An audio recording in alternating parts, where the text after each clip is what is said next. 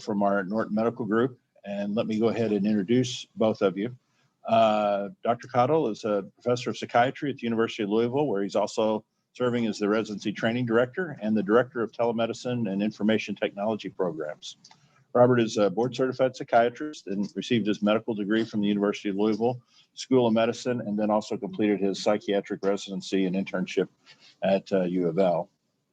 Dr. Hettinger is a psychiatrist with the Norton Women's Mental Health Services. She's also a board certified psychiatrist and a fellow with the American Psychiatric Association. Amanda received her medical degree from the University of Louisville and also completed her residency in psychiatry there, and is also on the graduate faculty as well. And her clinical areas of interest include mood and anxiety disorders. So welcome to you both. And Amanda, do you want to maybe lead things off for us on your presentation? Thank you so much. I'm so grateful to have Dr. Caudill with us today, and his background is really in line with this presentation, and so I'm grateful to be able to share that with you today. And Dr. Caudill is running our slide set as the more tech savvy among us, so I'm really grateful to have him here with us. So if you want to proceed to the next slide.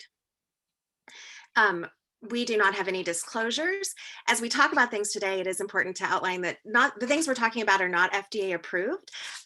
That's not the case yet. And we're not endorsing any specific products, although we will go through some different options for materials you can use. So as someone who really likes cognitive behavioral therapy, I'm a big fan of having an agenda. And our agenda today is we are going to go through some of the history and background.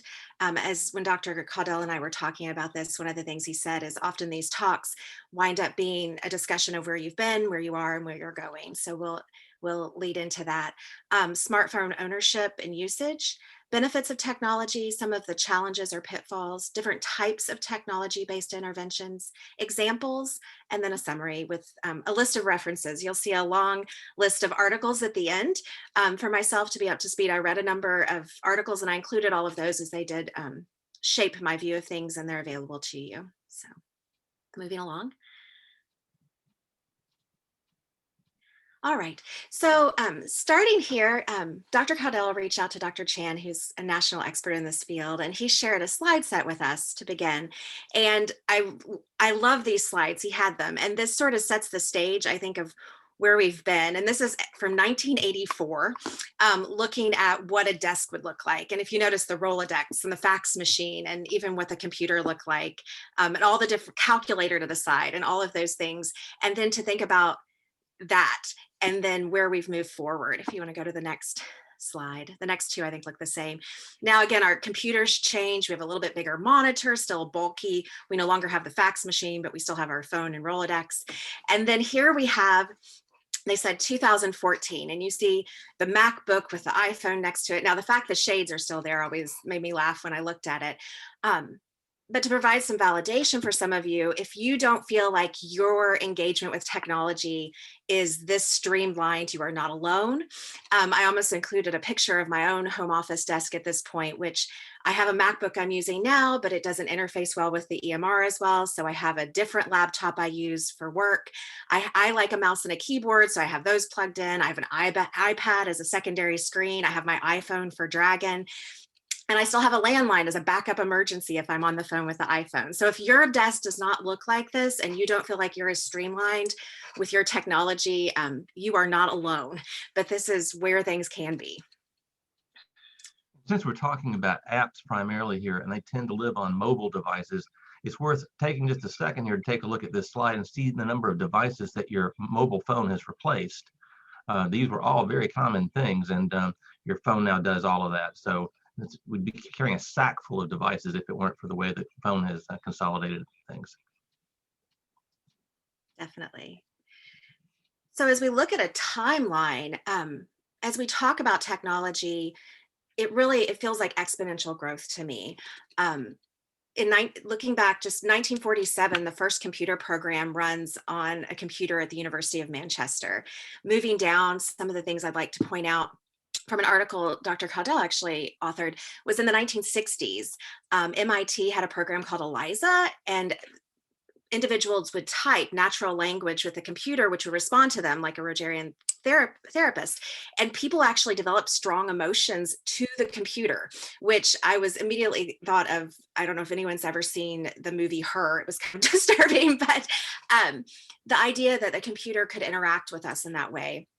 The 1970s, the Perry program at Stanford stimulated a patient with schizophrenia, and they actually found clinicians could not differentiate between the computer and an actual patient. So again, how we're interacting with the technology, and that evolves. 1976, Apple I's completed by Steve Wozniak. 1981, IBM introduces the first PC. I don't know if I'm aging myself, but I remember when my family got our first computer, and my dad was always into gadgets. So we always had to have this new thing. And I remember the evolution of that through the 80s and my childhood. The first portable Macintosh in 89. Moving down, 1997 with the Deep Blue Chess program with IBM actually beat a grandmaster, which again, that interaction with the technology. In 2000 was the first camera phone, and here we are using video technology today. And then this struck me. And when I looked at the history, one of the things in my head was, when did the smartphone come out? I think I got my first one in 2009, I remember. And then realizing it was in 2007 that the Amazon Kindle was released and the Apple iPhone. So if we think about a 14-year-old today has never lived in a world without a smartphone. And so this generational shift as we interact with our patients, I even think of, I have an 8-year-old, and when he was a toddler, he had a little Sesame Street iPhone that you'd press. It looked like apps with different characters, and you press and you walk around talking on it, which probably speaks to the fact I was on the phone too much. But just this idea of where we've come, and to think the smartphone just in 2007, which was not that long ago at all. So, and just as someone who's been working around technology quite a while, this was one of the paradigm changing events in technology. I had gotten introduced to telemedicine back around 2001 was when I started thinking that technology would eventually mature. And I saw it basically because high definition images were possible over the public internet. And that was game changing. So I thought the natural evolution would logically be that we would get better and better resolution, leading up to ultimately three-dimensional life-size hologram kind of images, you know, a la Star Wars stuff. And so I was waiting for that. And then it went horribly awry, because what happened is when the iPhone came out, it totally deflected the arc of the development, if you will. It was a classic case of the many frequent mammals defeating the dinosaurs. So these huge hologram generating devices are wonderful, but they're about $30,000 a piece. And so not everybody's going to have one. On the other hand, the iPhones and the mobile phones of whatever platform they operate on have really gone a long way towards solving this issue, and that is the issue of access. That is huge, and that cuts across all specialties and all of medicine. And that's been one of my motivating factors in terms of working with technologies, how to create better access for patients to our care. And so the iPhone, the mobile devices, the platforms, that changed all of that. definitely. And then this is a tagline. And if you look at this, it's actually published in 2014. So this is not hot off the press, but there are officially more mobile devices than people in the world. So that tells you where we are. So thinking about access and attitudes, this is an article that was actually a study done in 2017 at an urban tertiary academic center in their ER, and it was published in 2019. And so they surveyed individuals and actually tried to find out about they had 248 participants, and 54% were female, average age was 49 years old. And they surveyed them, and 91% owned a smartphone, and 58% of them owned tablets. And 77% of them felt comfortable using this. And things that they found patients wanted to know is in the moment, they wanted to know about their visits. They wanted to know about results. They wanted to be able to communicate with providers afterwards. They wanted reminders about appointments and medications, and wanted to learn more about their health. What they did find is that older individuals and non-commercial insurance and individuals with non-commercial insurance were less likely to have access. So this will be a theme you'll see through some of the studies, but again, lack of commercial insurance was associated with less access, as well as older individuals. And I would anticipate, again, this was in 2017, that if we did this study now, I would anticipate the numbers would actually be higher on ownership. So moving on with this idea of access. So we talked about patients' access to devices. So what about their interest with devices? And this is about patient interest, and it was actually done at the VA. And they had 400 patients that they sent out um, surveys to. And they were diagnosed with depression, anxiety, and PTSD within the VA system. And 149 of those individuals actually returned their survey. And they found that the interest was consistent across race, sex, education level. And they found that those that had less interest were older and actually had lower symptoms. And so, some interesting things that came out of this, or just points from this study, are the fact that people thought individuals that would want to use mental health apps would actually have less symptoms. And what they found is it was less symptomatic patients weren't as interested in people as it weren't as interested as those individuals who actually had more moderate or severe symptoms.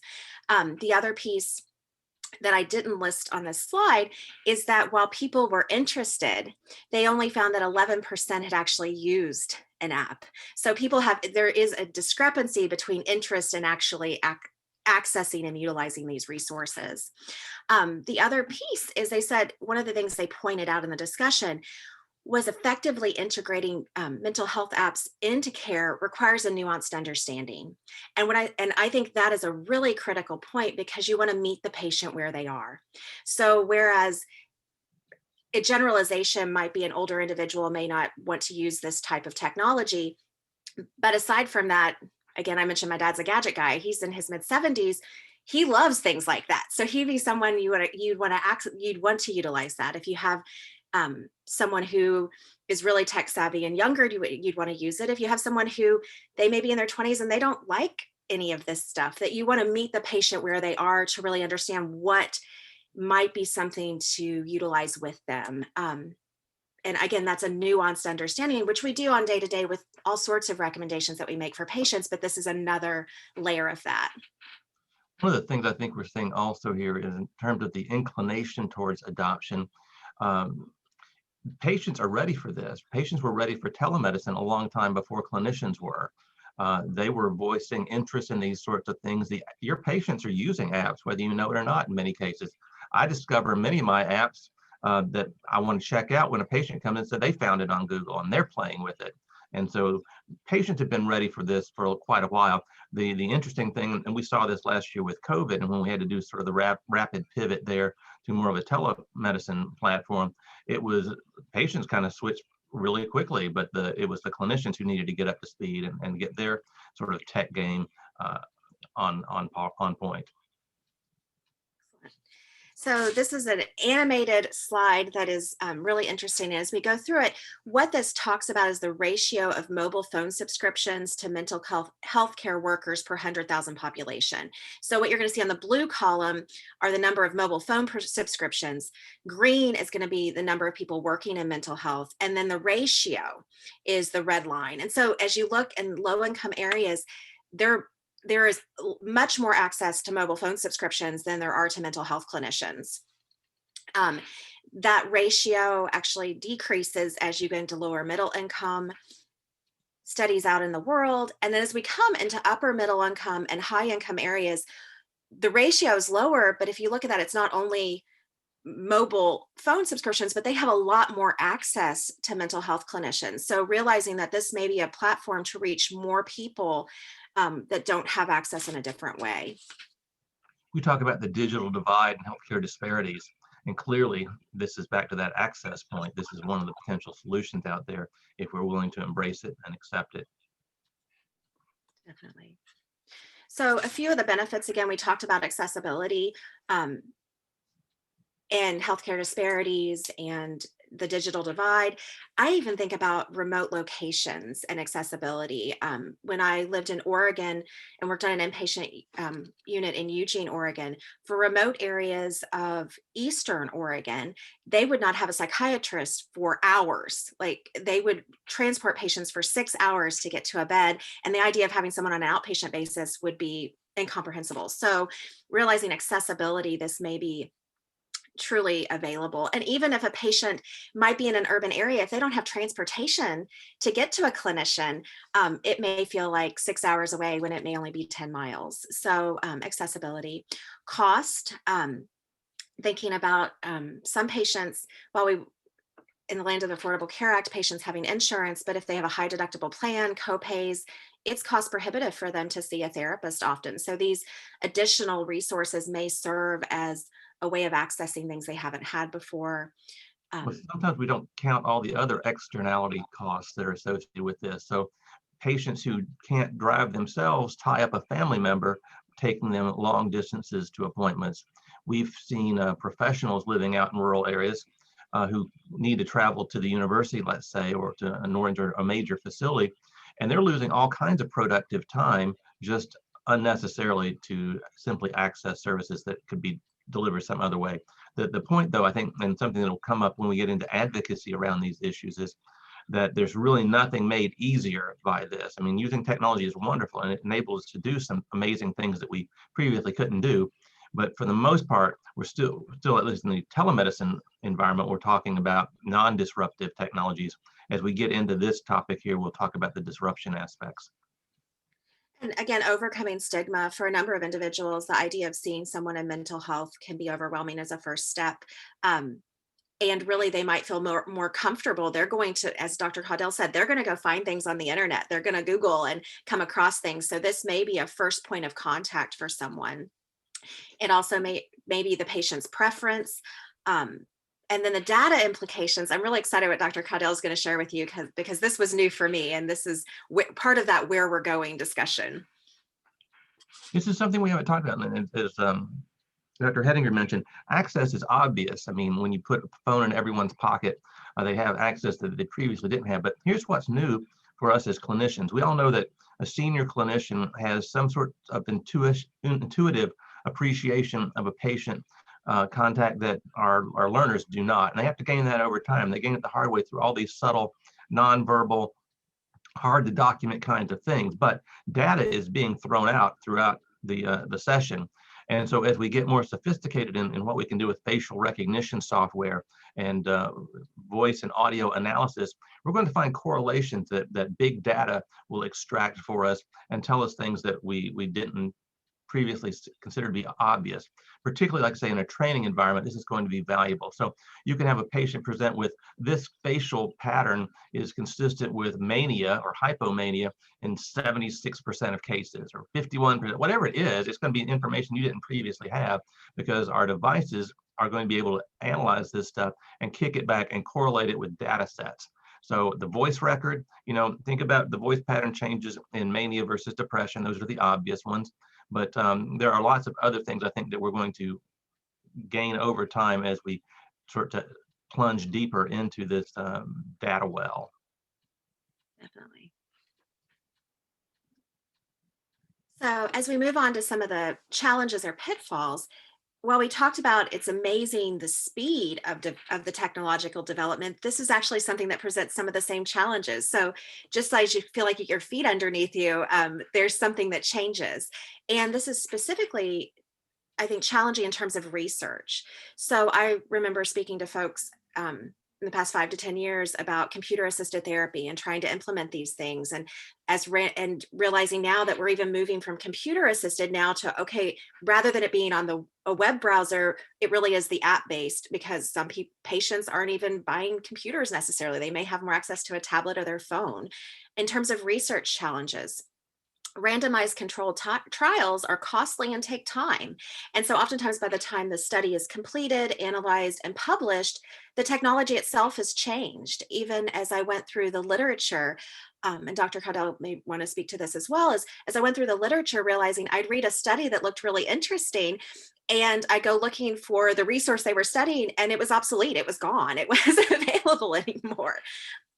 It's a huge issue, and a number of the organizations I'm active with are involved in sort of accreditation attempts and trying to sort of give a stamp of approval to different apps. But that process is very challenging because it too is time consuming. And if you approve version 6.7, by the time it's gone through the review process, well, the developer has moved on to version 7.2. And so we're constantly playing catch up. The speed with which technology moves is much greater. I mean, Moore's law is in effect. And so we're playing catch up a bit, and I don't know how we ultimately get there. Developers think a different way than clinicians do. I mean, they're looking for streamlining lots of different aspects of the software that may or may not have anything to do with its efficacy in a clinical setting, but yet it does change the product. And so they're working on certain assumptions, and most of them are probably more or less true, but we don't have the hard data to back that up like we'd like to. So we really are a little bit out on a limb at times. Definitely. Um, in addition, accessibility of an app does not necessarily equate to efficacy, and it actually can be detrimental. And our next slide set, which we're not there yet, we'll actually go through a specific study that if there's one study I found most helpful when I was reading through this, it's the next study, but it's so realizing that just because someone can access an app doesn't mean that it's going to be effective or even helpful, and can be harmful. And also some of the challenges can be the clinician's ability to incorporate this in a clinically meaningful way. As clinicians, we all come with different skill sets. Some of us are more tech savvy, some of us are less tech savvy, and realizing our comfort level also will impact our ability to have an understanding of what's available for our patients and an understanding of how to implement this. I oftentimes think when we're adding things into our workflow and what things look like, we don't want it to feel like one more click through the day. So really, how is this incorporated in a meaningful way that really works for our patients and for us? All right, so this is the study I mentioned, and it said the title is great because there's a non-evidence-based app for that. And what this looked at was a review of apps that are out there, quote, for depression and anxiety. And what it looked at is what are the apps patients are accessing, not necessarily apps that as clinicians we would say this is an evidence-based appropriate use of an app. It's really what are patients accessing. And they looked at Google Play, which is interesting. I don't know if Dr. Caudill has a take on this, but I found the articles oftentimes are looking through Google Play rather than the Apple App Store.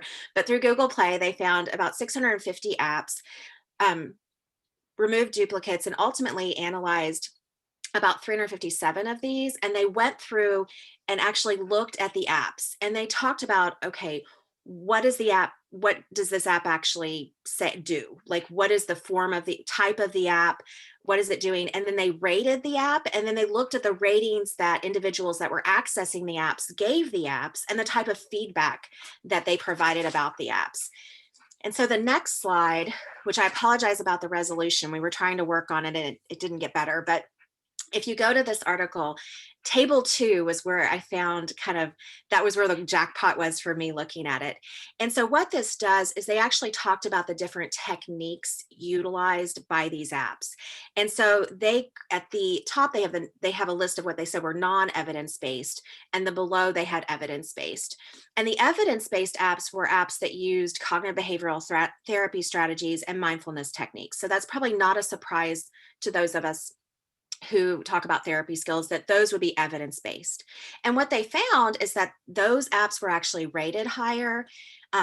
People gave positive feedback, and actually there were no negative comments. Like, people were not saying this is harmful to me. They weren't giving negative feedback, which is not surprising. What I found interesting is if you look to the non-evidence-based, and these were options including self-administered acupressure, coloring, EMDR, which EMDR is a form of exposure therapy for trauma, which I would not be surprised that was problematic. Self-administered, fidget games, identification quotes, self-guided yoga.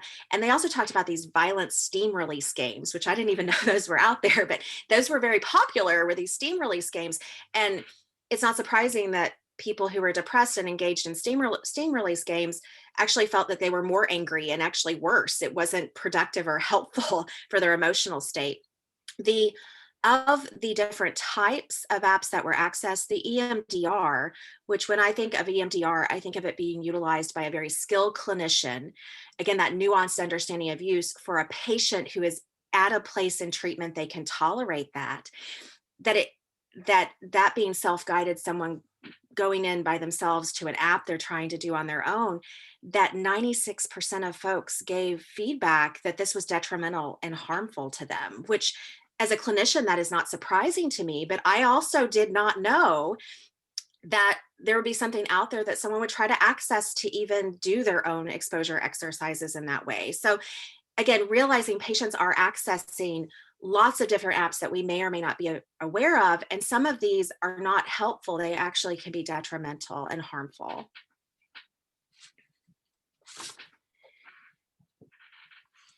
So moving on to, so how do we decide whether to use an app or not? And the American Psychiatric Association has really tried to take a lead in thinking about this and looking at this.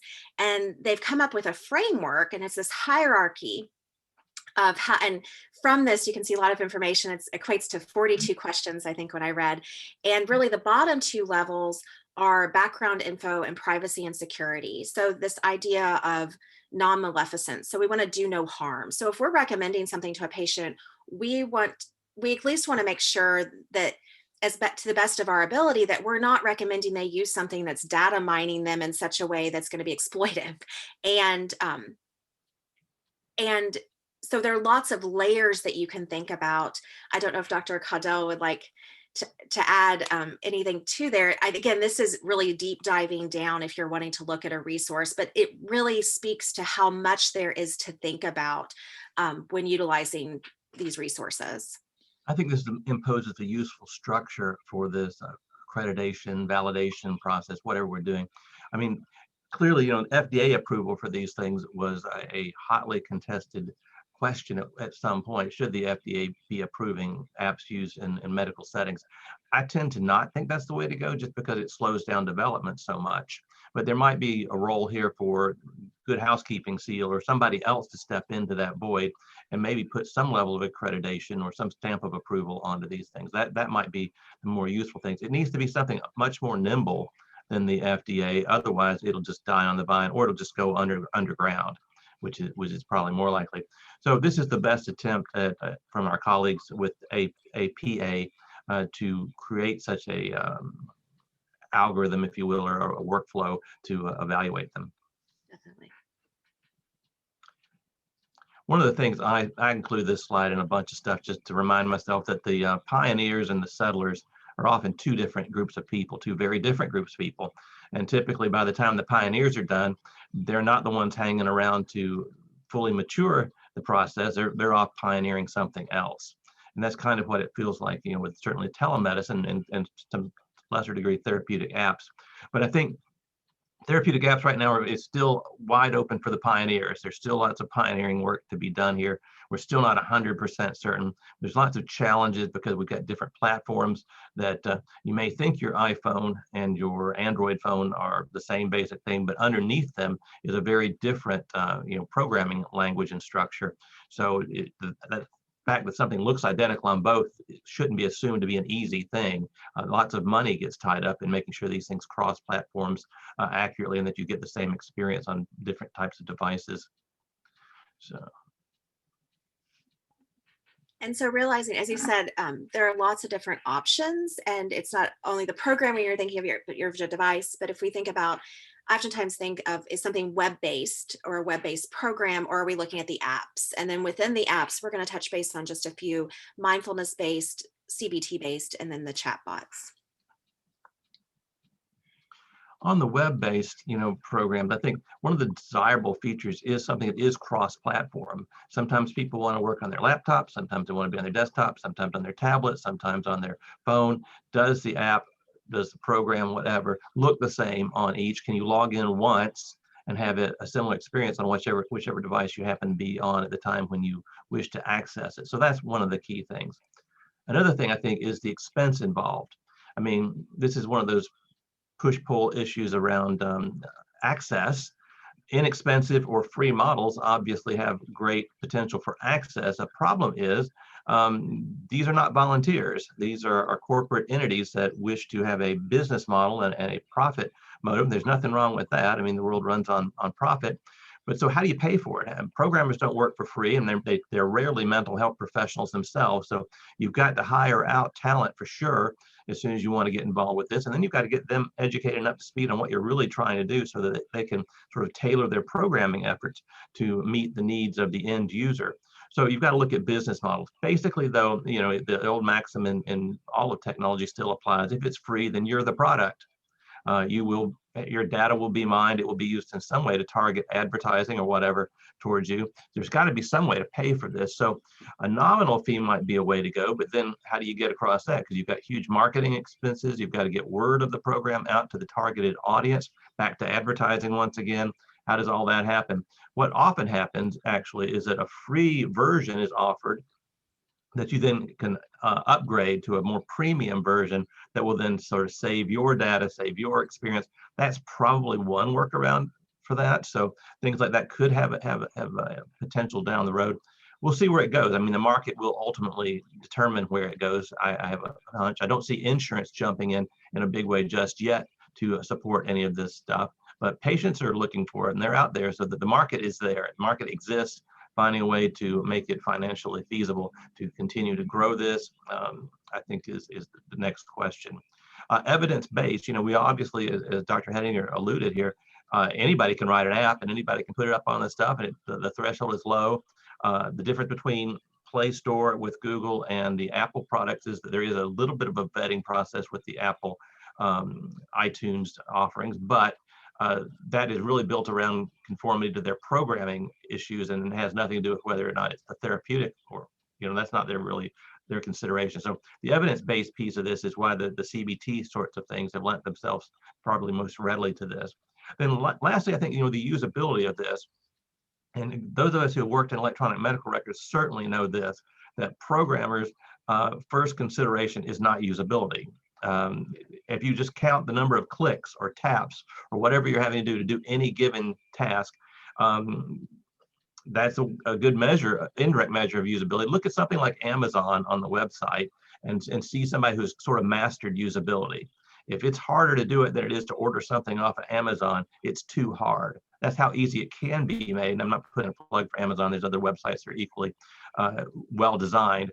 But we need that sort of look at, the Apple approach to software that we're using in medicine often is very lacking.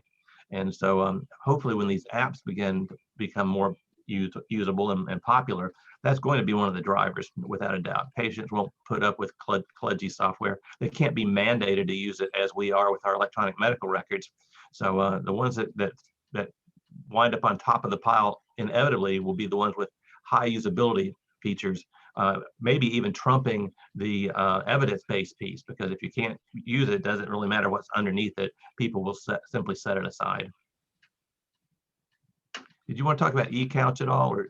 Just really briefly for time. So eCouch was, I can vouch from the standpoint of I gave a talk actually a decade ago at the APA about computer-based therapy options, and eCouch has been around at least that long, and it's actually out by the Australian government. And so I share that it's something that I will talk with patients about who are not ready to take the step to see a therapist, but I think could really benefit from some CBT-based education around specific things, and especially those that are like, I'd like to do it on my computer. I don't really want to take that step yet, and I feel comfortable using it. And again, it's free as we're the product, but through the Australian government, I feel a little bit better. But I always give patients a disclaimer, like, you're going to see crisis numbers on there, but they're going to be weird phone numbers because they're Australian. So, but eCouch, they've evolved over time, but they have specific modules on depression, anxiety and worry, social anxiety, divorce and separation. It used to be titled relationship loss, and then they have loss and bereavement. So these are, again, bread and butter things our patients encounter, and it's a readily accessible resource for them. So I oftentimes will bring it up for patients. It doesn't necessarily mean they decide to do anything with it, but at least it's a resource we can discuss with them. There are similar programs to the NHS in Great Britain too that patients can access, but they do obviously have the weird spellings, and you can tell it's not American, but they could be effective. So again, aside from Dr. Chan, mindfulness and CBT platforms, and these are just some that he had listed. One of the big takeaway from this is, as the next bump on the slide is, lots of things are out there, but they change all the time and they can be discontinued, which we'll touch base on the next slide with one of them. But if you really are interested in trying something for your patients, consider trying it out yourself. And touching base on the meditation list, the 10% happier, headspace, and calm are probably three I feel more comfortable with myself discussing with patients. And part of it is just use. And at my house, we wound up, I accidentally pressed rather than free trial, I accidentally pressed the button for subscription and wound up paying my $69.99 for Calm for the year. And so, but my son likes it. And so it has stories and different things. So I'm familiar with that one because we use it at my house. Headspace is another that it's evolved over time, but I have patients who really like it. And then I will also have patients who say, they'll try one of these because a lot of times I'm talking about mindfulness based resources and they'll say, I really just didn't like the format of this one. So we say, okay, well, then maybe why don't you try some of these others? And it might even be they don't like the voice of the narrator necessarily. So talking with the patients about how they're using these things and what they find valuable really can be helpful in how you tweak what they use. So this study is about Headspace. And as I said, things are evolving. So this study was done in 2013, and they actually studied medical students. So as we had an earlier talk today on building resilience and how we try to help ourselves, that they were utilizing this resource. And they had 88 medical students that were randomized into an intervention group and a control group. And so what they found, like the results that they tout, which was great, is that those that were in the intervention group perceived stress significantly decreased. They described improvement in well-being and from using this app. What they found though is only 27 or 60% of the intervention group actually downloaded the app and used it. And over the 30-day study period, their mean use was only 11.97 days. So there are lots of layers of that. So people, again, the intervention group, it wasn't that they were using it all the day, every day, all the time, but some use did appear to change the outcome. But the point at the bottom of this is the study concluded in 2013. And by the time they published it, the format had already shifted in Headspace. So Headspace had different meditations. Now they're more truncated, so they're shorter, which I do think the patients I have who utilize Headspace like that because they're shorter meditations they can engage with. But again, the study came out great. It's a randomized controlled trial, but then the app itself changed.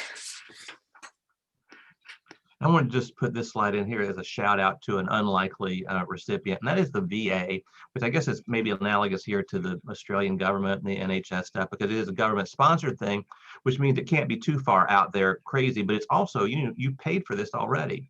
So this stuff is not shut down to VA patients only. And there's some really interesting stuff that they did with the group with T2, and they were associated with the Department of Defense. And if you haven't been to the VA App Store, it's worth checking out. But some of the products you probably have heard of and may actually be already using.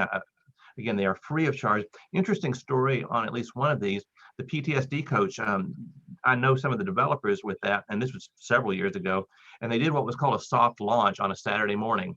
So they did not announce it. They did not publicize it. No one knew. It was just popped up on the iTunes store and then the Play Store for Google that morning. So you could find it if you search for it, but nobody knew to search for it because there was no announcement that it was out there. And somewhere midday, Saturday afternoon, someone called a VA hospital saying, I need to talk to a psychiatrist. And they were asking why, how do you know to call, or what's this all about? And they said, I got this app and I went through it and it says I need to talk to somebody now.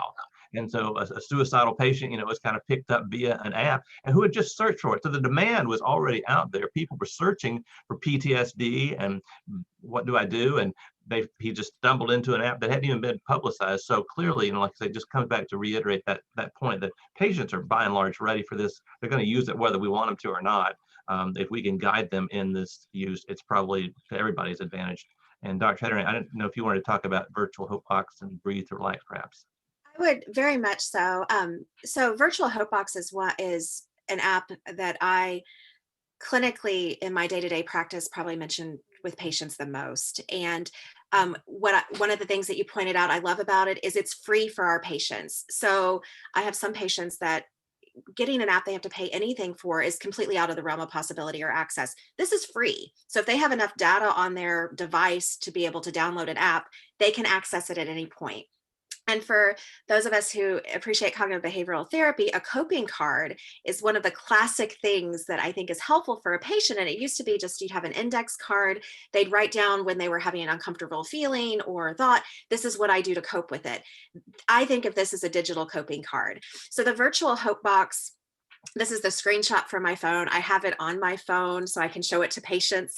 And what it has built in are the Distract Me. It has built in games, which are distraction techniques, Relax Me. So it actually has 4-minute guided meditations. It has a built-in breathing exercise that is not as robust as Breathe to Relax. In teaching deep breathing techniques and other coping tools. And I actually had a patient who enjoyed Virtual Hope Box. And then ultimately when they got their Apple Watch, they said, well, I like when my Apple Watch tells me to breathe better. So they use that now. But patients like this and use it if you talk with them about it. And there's a study that backs it up. So the Virtual Hope Box, again, through the Department of Defense, I feel more comfortable because it is through the VA. So it feels less out there as far as something to talk with folks about. And they had a randomized controlled trial with veterans who had expressed suicidal ideation. So these are not patients with mild symptoms. These are patients they actually recruited from DBT programs within the system. And so these are patients who struggled with significant negative affect and suicidal ideation. And they were already in a 12-week program for treatment, but they decided to augment with either giving them printed materials or the use of the Virtual Hope Box. And what they found is that for those who were in the intervention group of using the Virtual Hope Box, they had a significantly greater ability to cope with unpleasant emotions and thoughts compared to the controls. And they talked about it as stopping unpleasant emotions or thoughts. And that was the strongest difference over time. So it didn't necessarily treat their underlying condition, but that in the moment, I don't know what to do with myself, it made a difference. And so it's a temporary intervention, but again, so oftentimes I find one of the things our patients benefit from most is learning, what do I do in the moment with emotional discomfort? And they found it helpful. And I don't know if Dr. Caudell wants to speak to his utilization of clinical practice, but I find patients find this very useful. I concur. And also I'd put in a plug real quick for Breathe to Relax. I mean, it's a key aspect, and people find it, hard to believe that they've been breathing their entire life, but doing it wrong. But if you can, that's a key aspect to treating any sort of anxiety disorder. And it, as a clinician, after the 30th or 40th or 100th case of teaching somebody how to breathe, it's like watching paint dry. So if you can have an app that will offload and do an equally good job, it's just a blessing. I'm sorry. No, go ahead. Plug in Breathe to Relax as well. So I had not heard of Breathe to Relax until last fall when I had heard Dr. Caudell give a talk. So it's now one of those, as you learn things, you add them to your toolbox. And what I find with Breathe to Relax is, again, we talked earlier in the day, some of the prior speakers spoke about how to teach patients how to use that parasympathetic nervous system. And I find for my patients, in the moment, they forget how to breathe and they don't practice this. So we talk about almost like a prescription. I want you to get the app out and try twice a day and practice this twice a day, whether or not you're anxious. And then when you're in the moment, it's not going to feel like it's something brand new.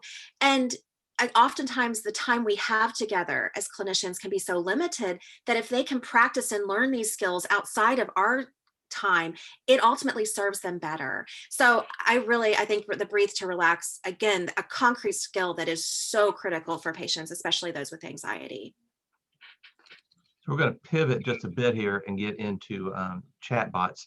And this is how up to date you're getting this. This is the article in the June 1st New York Times.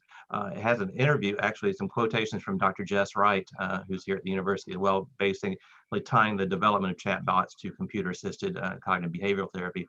But it's just so crucial. So this is where we can really talk about the concept of disruption. So technology and disruption, as far as disruptive technologies, you hear a lot about that, but I don't think it's well understood. Telemedicine is wonderful, and it's been a big part of my career, and I've been very excited to see it kind of mainstream and all that. But I can say, unfortunately, while it's cool, it's not disruptive in the way that the term is properly applied. Disruption means that something is radically changed in terms of capacity. And so while telemedicine allows me to see patients at distance, I still take 50 minutes or so for a new evaluation. I still take 15 minutes or so minimum for a stable med check. I can see different patients, but I'm not seeing more patients. It still takes what it takes. So that's not going to get the access problems and the scale and the workforce issues resolved. But things like chatbots is where we are going to head if we want to see that start to occur. So some things, about chatbots, just to understand, and hopefully you know what that term is, but when you're on a website and a little thing pop-up window occurs that says, "Hi, I'm Susie, want to chat." Susie is not real, right? I mean, Susie is 20 or 30 questions away if she exists at all, and she's probably overseas. So these aren't real people. These are just algorithms that are basically looking for keywords and respond to you in a way that makes it seem like they're real. They by and large can pass the Turing test. That's where you can't tell a machine from a human if you can't tell them apart. I mean, they can get 20, 30 questions in on the Turing test. So that's pretty good. And so, but they're not a replacement for therapists, but that's kind of where they're headed, and that's where they want to do it because they're sequentially learning. So the developers of this are tracking where these things get stuck and where they seem to dead end. And they each time that happens, they back up and try to write in a fix. So these programs will continue to grow over time. It's an evolutionary kind of developing, almost a living programming kind of thing, if you will. The thing that makes them unique is the ability to scale. So a chatbot can see 1,000 patients, 1,000,000 patients, one patient. They can do that next hour, and it's no big deal to them. That's how the thing is written. So that becomes disruptive. And where it really becomes disruptive is, think about this. I'm just going to throw some numbers out, but imagine that a standard course of cognitive behavioral therapy for someone with a new onset panic disorder is going to take 16 to 20 sessions. Let's just put that number out there as a starting point. Suppose the chatbot could do the first 8. Suppose, we all know the introduction to psychotherapy, a lot of it's just language and culture of therapy. And who says I have to do that? And the other thing about the chatbot, what it's going to be doing is going to be doing a structured interview. So while it's talking to the patient, interacting with the patient, it's also gathering and recording all that information and putting it into fields. So on session 9, when I pick it up and transfer that case from the chatbot, I have a pretty detailed history of the case because the chatbot has collected the data and transcribed it and plugged it into the appropriate fields. So it's basically like a transfer from any other colleague in a way. The chatbot has done all that, plus it's laid out that psychoeducational piece. So instead of doing 16 sessions myself with the patient, the chatbot's done the first 8. I do the last 8, I can see twice as many patients. All right, so that's where disruption occurs. So you've got access and disruption both in one cool little package. So the future for chatbots is actually quite good. And when you build that into robotics as well and computer-generated imaging, some of these are going to look very lifelike. You're not going to see a robot-looking chatbot. You're going to see somebody that looks, like me or like Dr. Hedinger here. They can take our image and animate that as well with the deep fake technology that you can take from, if you have 3 photographs of a person, you can animate a 3-dimensional image into the computer now. So the potential for technology to marry this stuff is out there. This was an article in I think Wired magazine, the chatbot therapist will see you now. This was in the Wall Street Journal about hospital uses of AI. I mean, this isn't science fiction. This is, the world we're going to live in very soon if we're not already there. But just a reminder that, we're at the tip of the spear. We're working the point on this. We're still the pioneers doing this. You want to do it in a reasonable way. I think all the appropriate disclaimers need to be offered to patients that this material is out there. I'm not recommending anything to you you couldn't find on your own. And if you did find it on your own, I couldn't stop you from using it. But if you want to explore it, it's something I've tested. The one that, by the way, that's shown, let me back up. This is an icon for a program called Wobot. Again, we're not endorsing any particular one, but if you wanted to play with one, this one is probably one of the more mature technologies, and it is grounded in CBT. And there's a ton of articles in there that just Google or whatever your favorite search engine is, WOEBOT, Wobot. And you'll find some interesting stuff, and it's worth playing with. And even if you don't like it, again, we don't get to the final version unless we play with all the beta versions. Somebody has to test this stuff out. If you have the least interest in this, maybe you'll join us in doing that. So that's a lot of our prepared stuff. Let me go turn it back to Dr. Hedinger to wrap us up. So again, hopefully in the time as we're nearing the end of the day, we've kept your attention kind of looking through the very things we said we would cover in terms of history, usage, maybe some increased understanding of access, the potential benefits, challenges, and some of the technology that's out there and things to keep in mind with that. And that's really all I had. Anything else, Dr. Caudell? I would just say, watch this space because this is engaging. It's definitely necessary and needed and wanted. So what the future is going to hold for this is going to be very exciting. We're not really offering you finished products right now. I don't think we're at that point, but we're rapidly getting there. We're certainly finding things that are clinically useful. And again, like anything else for an intervention, not every one is going to be appropriate for every patient, but you probably have some pretty tech savvy patients in your caseload from time to time. They're going to gravitate right to this stuff and they're going to make good use of it. And they may even propose changes and improvements that could be worthwhile. So we should be, as always, paying attention to them. I'm going to flip through our references, but they're in the slide set that all of you can easily access. Dr. Hettinger did a deep dive on some of this and referenced, even kind enough to reference one of our papers. And this is how you can reach either one of us. They're pretty easy, basically our names, I think. And then questions. And I'm going to go ahead and take the slide set down, I guess. Is that what you would like me to do, Dr. Werner? Yes, that'd be great. Thank you. Okay. Well done, both of you. And lots of positive comments coming in about the relevance of this. One question I think that most of us would have is, what's a reasonable amount to pay? I mean, are these monthly subscriptions? Can you just buy it for like 3 months? Do you in for a year? Like you mentioned, Amanda, you had one that you clicked and accidentally got a year's worth, but it turned out okay. Is it, is that the amount that most folks are going to pay? And what have you seen just in terms of the difference in costs for the non-free ones? Go ahead. So I think some of them you can do. It depends. It's very app dependent. And as Dr. Caudell referenced, some things will be free and then you have to pay to not get the ad portion of it. For things 10% Happier, Headspace, and Calm, both are the three of those, I believe, all had promotions in the past year for those in healthcare. For free promotions or a trial. And oftentimes they will offer a 7-day trial. So for patients, especially if I recognize they're judicious with how they spend what they have available on something like this, I'll say, try the free trial and see if you like it or not. Make sure you don't click the button like I did. You can do a monthly subscription, or oftentimes with most things, it's cheaper if you do the year. But I think there are variations on cost. Dr. Caudell. The business models are still evolving, but obviously they can't overprice their product to the degree that they can't get any takers. So I think that's going to be adjusted over time. The cost will ultimately go down, like everything else in technology. I mean, what you can buy for $1,000 in terms of a computer now is not is much more than you could buy, a year ago, 2 years ago, 3 years ago. So the technology is going to continue to prove the cost will come down. It's all good. One of the things we use with our group is we send patients a lot of homework, particularly if they're engaging in CBT. We do that through the MyChart function in Epic. I would assume that most of these, or all of them, don't have an interface with EHR just for confidentiality reasons and HIPAA. But do you envision a time where maybe you would have a branded similar product that would run through Epic or run through Cerner and be utilized in that way? I would be very surprised if they're not looking into these things. Cerner, it's more likely just from a structural point of view to do it because they tend to build out by acquisition. They do buy other companies when they need to add on a feature and do it that way. Epic tends to have more of an Apple model where everything is done in-house. So if they see something they like, they'll probably commission some work group within Epic to replicate it, in an Epic environment. So I would be very surprised if these things don't start happening. I think there's just enough bugs in the current EMRs that they've got their hands full with that at the moment. Yeah, the interface is guarded closely, so it's not an easy thing. I couldn't imagine doing this unless it was brought inside the environment somehow, and not an outside app.